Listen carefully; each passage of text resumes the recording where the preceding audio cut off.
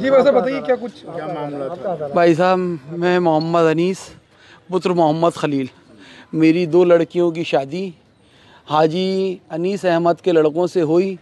बड़े लड़के का नाम आज़म और छोटे लड़के का नाम अरशद। मेरी दोनों लड़कियों की शादी हुई 15 जनवरी सन 2021 में, और वो अच्छे भले रह रहे थे। लेकिन मेरी जो छोटी बेटी है उसके लिए ऐसे हालात बन गए कि उसको उसके आदमी ने ऐसा टॉर्चर किया, मुझे पता नहीं चला। लेकिन मुझे बाद में पता चला जब वो मर गई। और मेरी जो लड़की है, जब वो उसका इंतकाल हो गया तो मुझे धोखे से तो वहाँ बुलाया गया कि भाई तुम यहाँ आओ और देखो, तुम्हारे से एक बहुत ज़रूरी काम है। और जब मैं वहाँ गया तो बोले लो ऊपर चलो। ऊपर जब मैं गया तो उन्होंने फिर भी ये नहीं बताया कि ये मर गई है। अब मैं जब उसके कमरे की तरफ गया तो मेरे को हाजी अनीस अहमद और मुन्ने भाई ने कहा, भाई इसने फांसी लगा ली है। और भाई अब अगर तुम कहो तो ये इसको साइलेंट अटैक करके और इसे पूरे बिरादरी में मोहल्ले में कर दें। और मेरे को होश आवाज़ ख़त्म हो गए मेरे।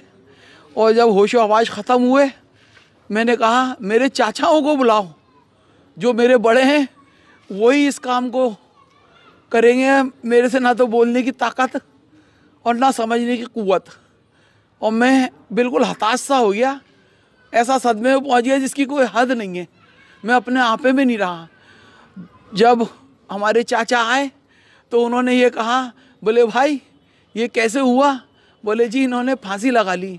अब अगर तो मुन्ने भाई ने कहा, बोले भाई अगर तुम लोग कहो, दो तुम बड़े हो और इसकी तो बोलने की ताकत नहीं है, अगर तुम लोग कहो तो जो है इसको साइलेंट अटैक कह के और पूरी बिरादरी में काम बंद करवा दें।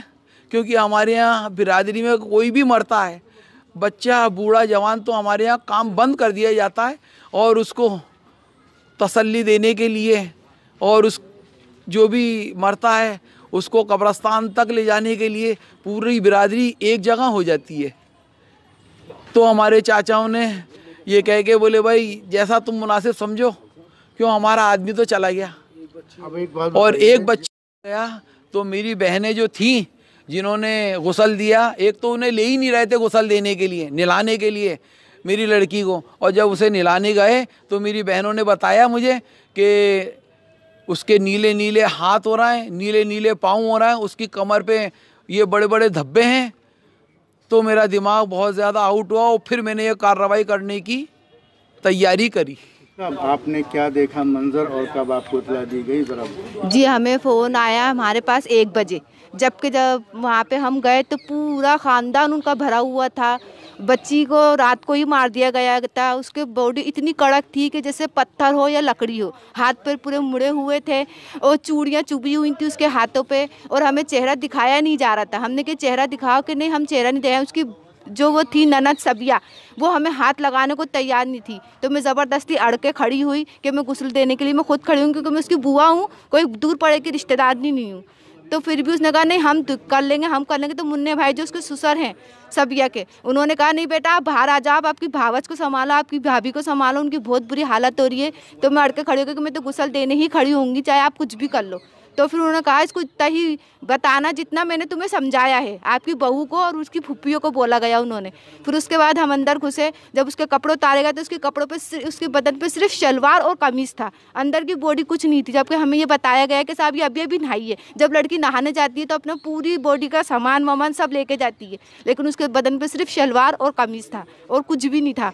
जब उसके कपड़े उतारे हमने तो है ना, हमने देखा कि उसके हाथों पे चूड़ियों के निशान थे बहुत ख़तरनाक, जैसे कोई हाथापाई में टूटी हो। और दूसरी ये था कि उसके गर्दन पे उसको कहा था कि लटकाया गया, तो उसके पीछे निशान कुछ भी नहीं था, सिर्फ आगे निशान था जैसे कोई गला घोटा गया उसका, इस तरीके से उसका निशान था।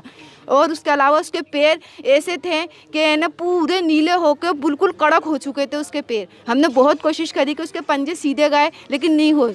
हाथों के पंजे भी हमने बहुत कोशिश करी, लेकिन उसके हाथों के भी बिल्कुल वो नहीं थे और बहुत कड़क हो चुकी थी और इतनी तरीके से उसका गला घोटा गया था कि जैसे बिल्कुल उसकी गर्दन तोड़ दी गई हो, क्योंकि उसकी सिर्फ गर्दन हिल रही थी, बाकी पूरी बॉडी ऐसी थी पत्थर की तरह, ऐसा था।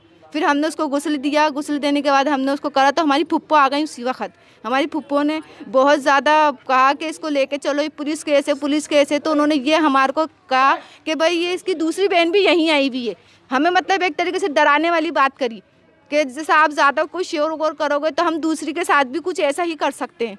तो इस चक्कर में हमने कुछ बोला, लेकिन जब हमारे को उसकी भावज ने, बड़ी वाली ने, तबस्सुम ने ये कहा कि बाजी इसके साथ हमारे घर की ही रिश्तेदारी एक सोई है एक रात, तो हमें बर्दाश्त नहीं हुई। फिर हमने उससे खुद से पूछा, उससे बड़े वाले हमारे दामाद से पूछा, तो उन्होंने कि नहीं, वो कम से कम 4-5 रातें सोई है और जामिया भी उसी कमरे में थी। तो फिर हमारे को गुस्सा आ गया और मैंने मेरे भाई से कहा कि इसका मोबाइल लो, उसके मोबाइल में देखो और चेक करो और इसको पुलिस कार्रवाई करो। बस नाम बता दीजिए। और आप? मेरा नाम अंजुम है, मैं इनकी बहन हूँ छोटी सबसे, अनीस भाई की। और मेरे को तो बहुत ज़्यादा गुस्सा आया उस टाइम। मक्का के पिता है, उन्होंने एक FIR दर्ज करवाई थी। मेरी पुत्रियाँ 2 हैं, उनकी शादी हो रखी है। ये पुत्री उसकी हस्बैंड से शादी हो रखी है और उसकी मृत्यु हो गई और इन्होंने उसको दहेज के लिए परेशान करते थे, इस कारण उसको मार दिया। इस तरह के आरोप FIR उन्होंने दर्ज कर रही है। और जिस समय उसकी मृत्यु हुई उस समय इन्होंने पुलिस को इन्फॉर्मेशन नहीं करी और पुलिस से सूचना भी नहीं दी और उन्होंने उसको दफना दिया था। घटना के दफनाने के बाद में मृतका के पिता ने FIR दर्ज करवाई है। तो DM साहब के आदेश से वापस डेड बॉडी को वापस निकाल करके मेडिकल बोर्ड से उसका पोस्टमार्टम करवाया मृत्यु का कारण जानने के लिए, और इस संबंध में इन्वेस्टिगेशन की जा रही है। जिस चीज़ का आरोप लगाया है, वजह क्या बताइए? आरोप उसने लगाया कि मेरी बेटी को ये परेशान करते थे, पति के खिलाफ आरोप लगाया। इकराम खान के साथ हेल्पलाइन न्यूज़ में आपका स्वागत है। अभी हम मौजूद हैं राजधानी जयपुर के 4 बजे स्थित कब्रिस्तान पन्नी ग्राउंड में।